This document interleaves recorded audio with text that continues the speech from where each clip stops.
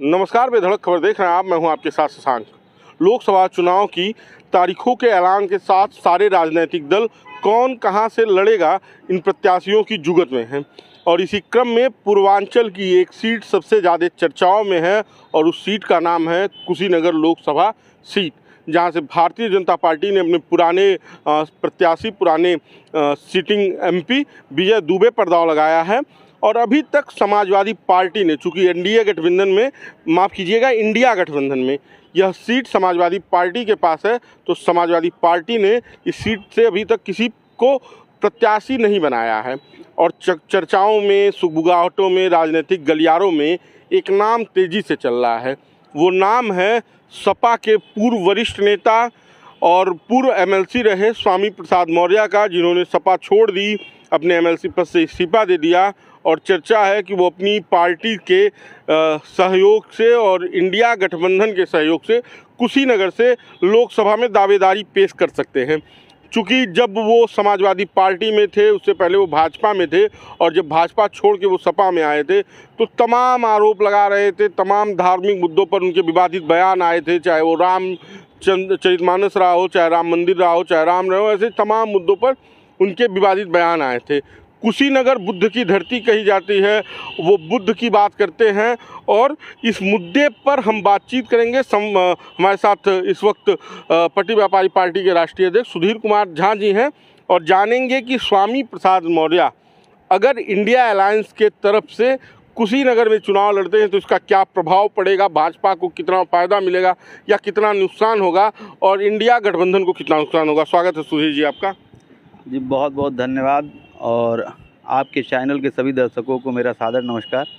देखिए, आपने कहा कि गठबंधन और इंडिया गठबंधन कहीं भी, पहले चीज़ तो एक जान लीजिए, वो कहावत सुने हैं ना, जब नाश मनुष्य को चाहता है तो बुद्धि विवेक मर जाता है। पहले विवेक मर जाता है। हाँ, पहले विवेक मर जाता, नहीं तो बुद्धि भी मर जाता है। विवेक तो मरता था ही, इनका बुद्धि भी मर गया है।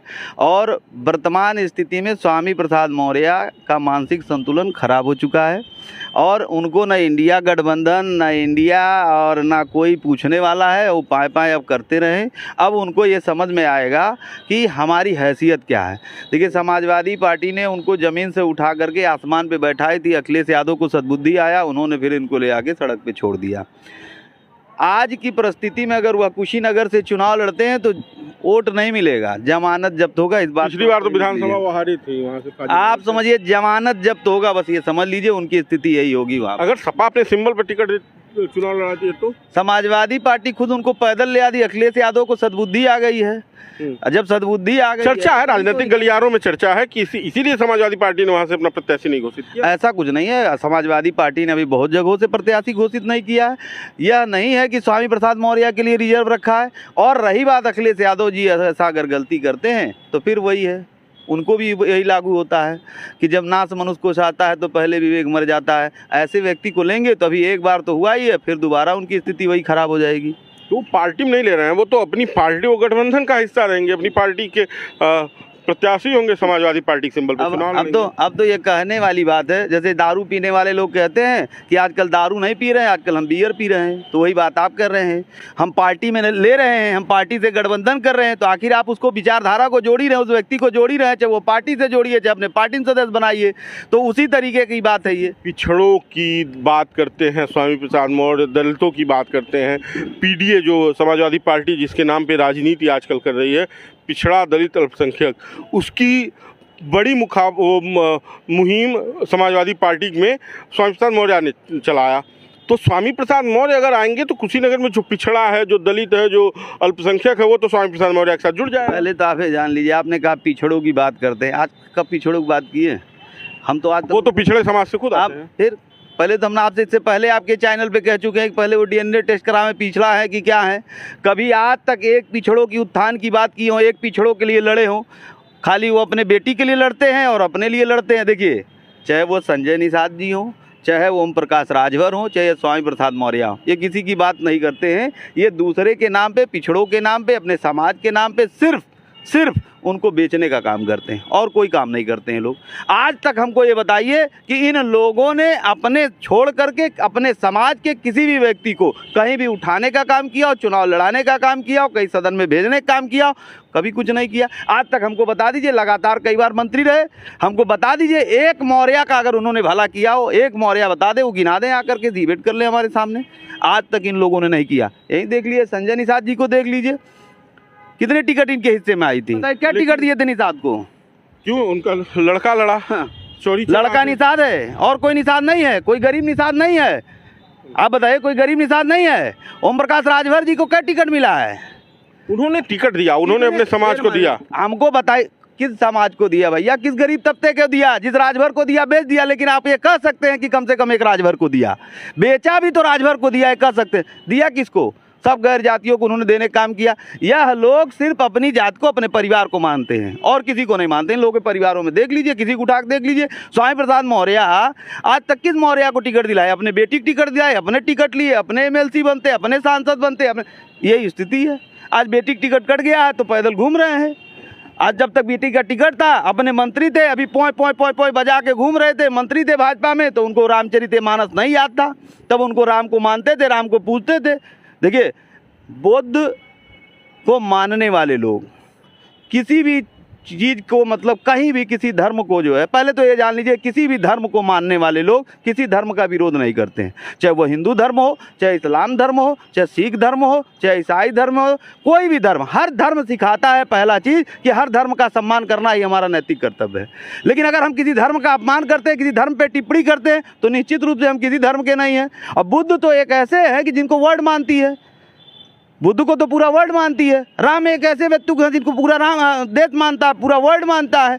लेकिन अब इन लोगों के नाम पे ये लोग दुकान चलाने का काम करते हैं। जो भाजपा हो राम को बेच रही है, अभी बुद्ध को बेचने आए हैं। तो देखिए, जनता सब कुछ समझ चुकी है, सब सामने स्पष्ट है। इन लोगों की स्थिति लोकसभा चुनाव में देखने को मिलेगी आपको। जिस तरह से स्वामी प्रसाद मौर्य ने एक अपनी अलग पार्टी बनाई, उस पार्टी को लेकर वो चल रहे हैं और उनकी दावेदारी कुशीनगर में है। और कुशीनगर जिस सीट पे इस वक्त भारतीय जनता पार्टी का कब्जा है, उनके प्रत्याशी की लोग कह रहे हैं बड़ी मुखाफत है उनके विरोध में। वहाँ की जनता है, वहाँ पे उनका सहयोग नहीं है, उनका समर्थन नहीं है।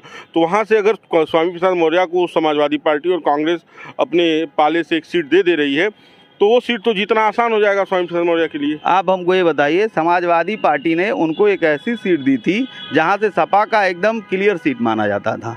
वहां पे जब उनकी जमानत जब्त हो जाए तो यहाँ कहाँ चुनाव लड़ेंगे? देखिए, ऐसे लोगों का जब एकदम समाज जब जान जाता है ना कि ये किसी के नहीं है, तो ये सुन रहेंगे, चाहे वो किसी से लड़े, वो भाजपा से लड़े, आप चुनाव हारेंगे। अब स्थिति उनकी ये है। क्यों? कौन देगा? आप हमको बताइए ना, कौन देगा?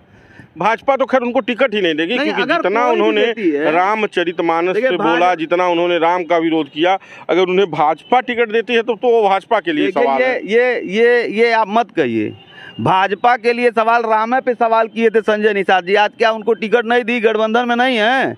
एक लोग तो सदन में बसे बोले थे, राम नरेश अग्रवाल जी, याद है आपको? रम में राम बीच की में हनुमान। सदन में बोलने वाले, वो भी इस तरीके की बात बोलने वाले कहाँ है भैया?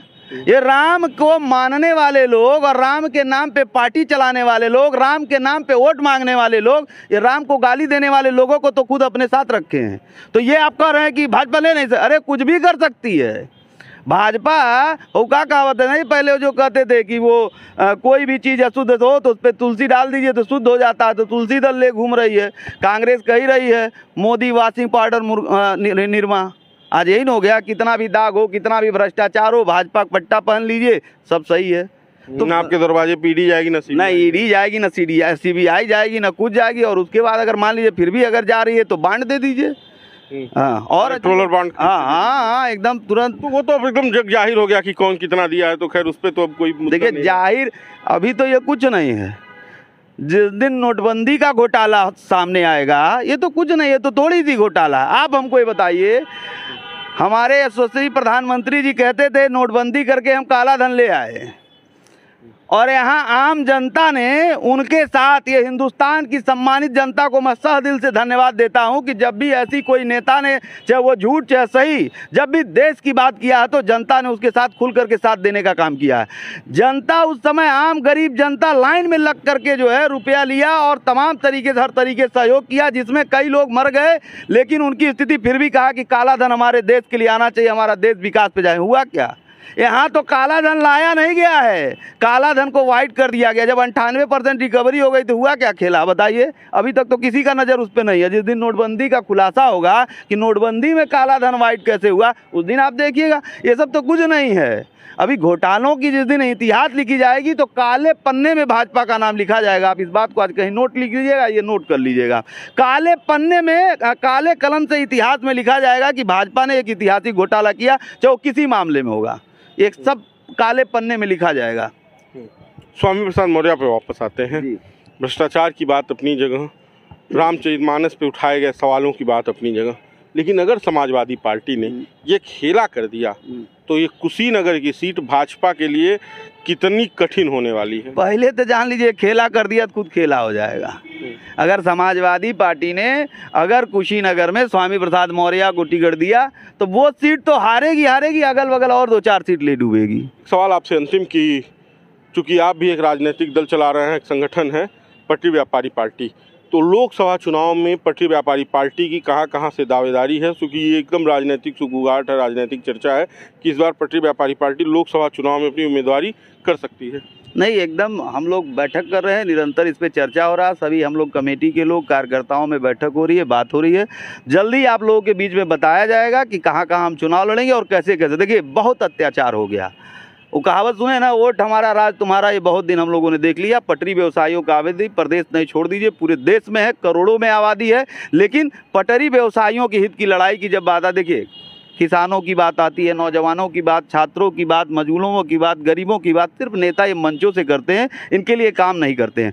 गोरखपुर में पटरी व्यवसायियों के लिए लड़ाई लड़ते मैंने देख लिया कि पटरी व्यवसायियों की न्याय तब तक नहीं मिलेगी जब तक इनको लोकतंत्र में वोट के अधिकार से, और जब तक हमारा अपना विधायक और अपना सांसद और अपना मंत्री नहीं होगा और हम सरकार में नहीं होंगे, तब तक गरीब पटरी व्यवसायियों का भला नहीं होगा, किसानों का भला नहीं होगा, छात्रों का भला नहीं होगा, नौजवानों का भला नहीं होगा, मजलूमों का भला नहीं होगा। क्योंकि देखिए, हमारी पटरी व्यापारी पार्टी जिस दिन हमने स्थापना किया, पहला संकल्प हमारा यही रहा है, गरीब, किसान, मजदूर, छात्र, नौजवान और मजलूमों की लड़ाई, और जिनकी आवाज़ कोई नहीं सुनता उनकी आवाज़ को बुलंद करने का काम पटरी व्यापारी पार्टी करेगी। जिसको कोई नहीं पूछता उसको चुनाव लड़ा करके सदन में भेजने का काम पटरी व्यापारी पार्टी करेगी। क्योंकि देखिए, आज के अर्थ युग में जब चुनाव लड़ने की बात होती है तो क्या किया जाता है? बिना पैसे का टिकट नहीं दिया जाता। फ्री में पटरी व्यापारी पार्टी टिकट देगी, चुनाव लड़ाएगी, सदन में भेजेगी और पटरी व्यवसायियों की आवाज़ और पटरी व्यवसायियों की आवाज़ को बुलंद करके इनके हक और अधिकार के लिए हरदम तत्पर होकर के लड़ेगी।